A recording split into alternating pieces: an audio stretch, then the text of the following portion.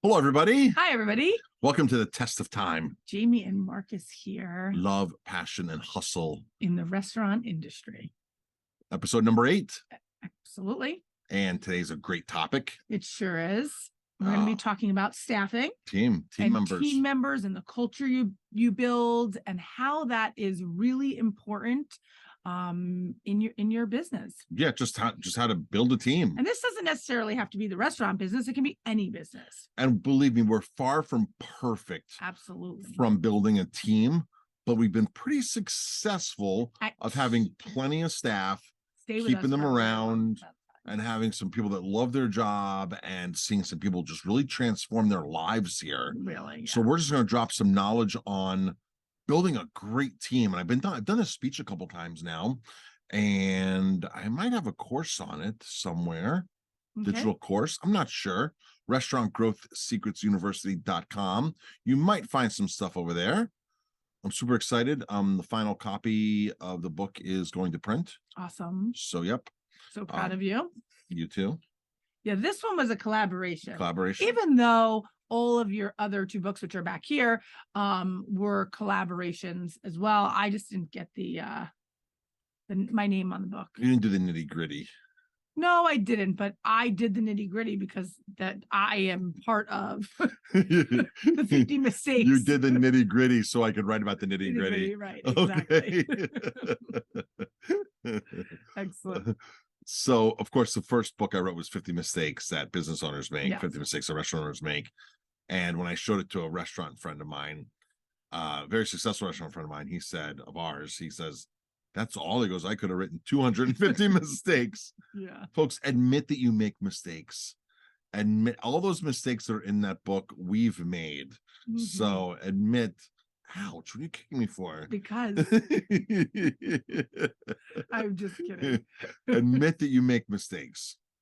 And I know there's room for improvement across the board. Jamie and I are really devoted to personal growth, development. We're into having coaches, life coaches, business coaches to help us, mentors, mastermind groups, help us lead us through the way, because there's always a way to improve. And I think we take that information that we've learned and we bring that back to our staff.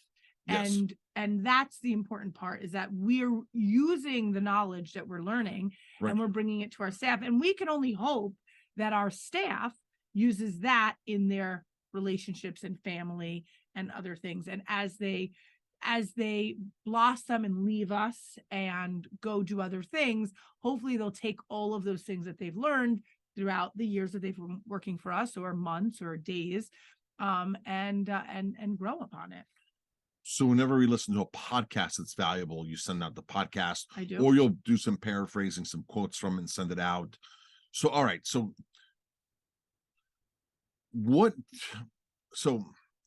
people, the first question people ask me is, like how do you find your staff? How do you keep your staff? Like what's your big secret to this whole team thing? For me, and I believe you're on the page of this with me, we're life coaches before we're bosses. Oh yeah, our staff can come to us with anything. We're life coaches, and we've helped so many of our staff members with problems in their personal life. I do feel that we are their coach. Their life coach. Yeah. Some of them don't have parents that teach them this. Some of them do. Mm-hmm. Some of them need a different angle of this. But I see everybody who walks in the door as how can we believe in them? Because a lot of times they don't believe in themselves. Right. And there's only look, if you think about your life right now, like how many people can you actually count, like go through and count, that actually truly believe in you and tell you they believe in you, right? Less than 2-3 people in your life. Like it'll tell you, I believe in you, keep going, I believe in you. If you pay a coach, that's one thing, because they're being paid to that. But honestly, people you don't pay, like how many of your friends like are just pushing you because they believe in you? Not many. So it's odd, because we can find a lot of friends to go to the bar with, to hang out with, to hiking with, to run with, to be around. But how many people can we honestly find to sit down and be better people? push each other in the right direction, honest feedback, set goals, how push us in business.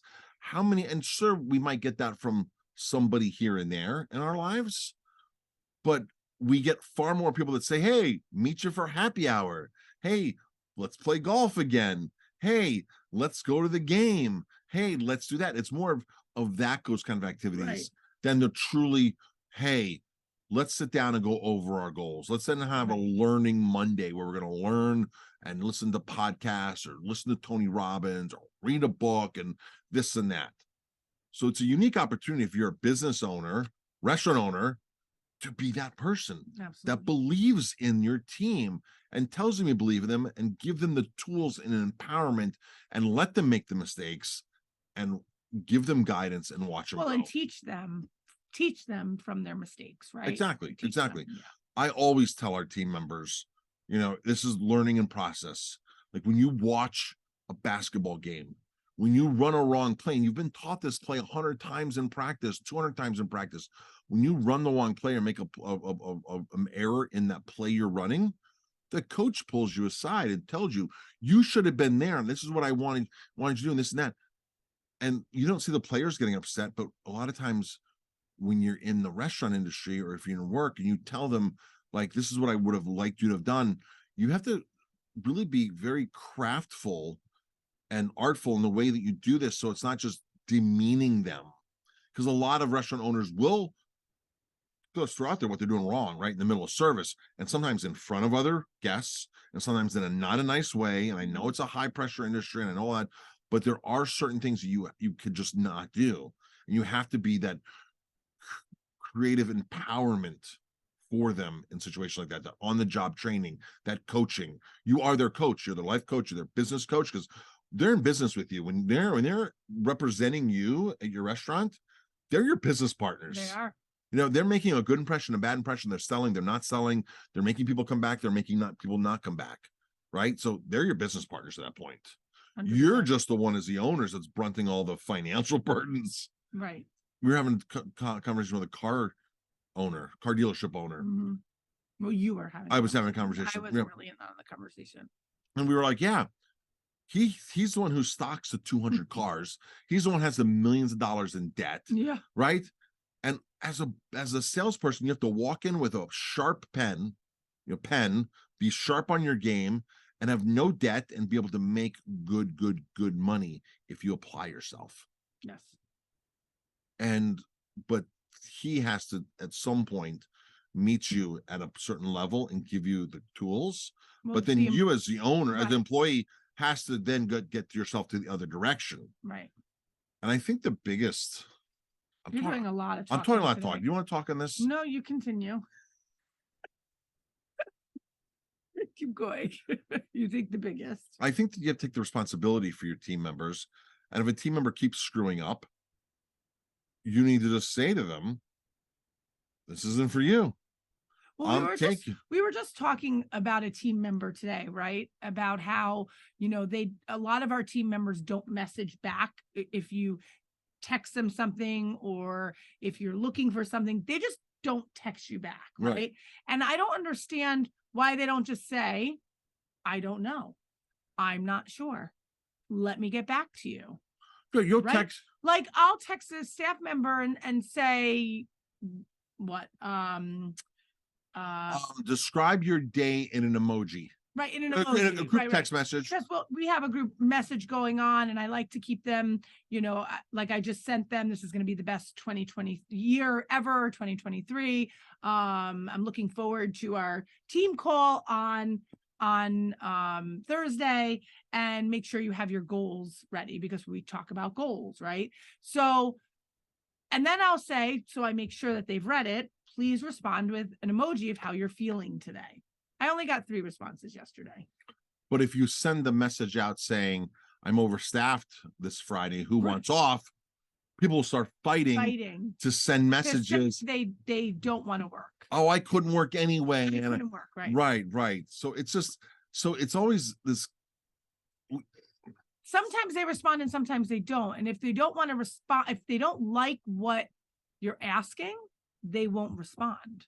not even not like it, just They like just won't respond. like it's easy to respond to how's your day going in an emoji, right. smiley face, thumbs up. If you just went for a run, you send the runner emoji, Mhm. right? That's how your day is going. If you're with your dog, you send the dog emoji, right? Yeah. It's so simple to But if do. you ask a staff member, hey, can you work tonight? You know, I have somebody, Crickets, nothing. crickets. So and so can't work tonight.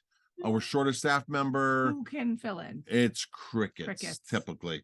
There are staff members that will step up and do it, but typically that's what Right. we all experience as crickets. Yes, Like, hey, yes. is anybody like getting these messages? Right. Like, even if you can't work, Or say, just, I can't work. Can't work. Or I'm sorry, I have plans. Right. Whatever it is. No, I'm sorry. Yes, I can. Just respond with something. But we find that they don't respond with anything. So, you know, that's a tough, but I try to get them to respond in positive so ways, okay, so right? here's the question. So if staff's not responding, why don't you give up? Because I don't give up on my staff.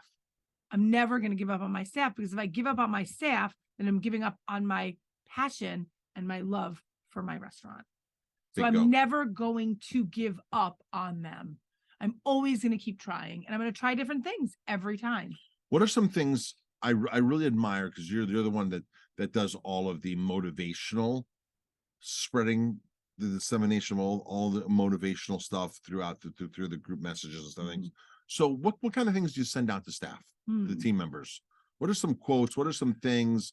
Great weekend. We just had an awesome weekend. Thank you so much for working hard for us. You know, here's a great customer comment.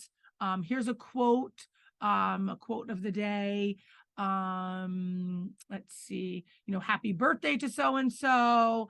I caught so-and-so doing this day. Thank you so much for putting in that extra effort. Sometimes I'll just send them a private message being like, we just really appreciate you. You know, thank you very much. Sometimes I'll just throw, you know, scratch offs into their checks, you know, just as like a thank you so much, you know, great job this week.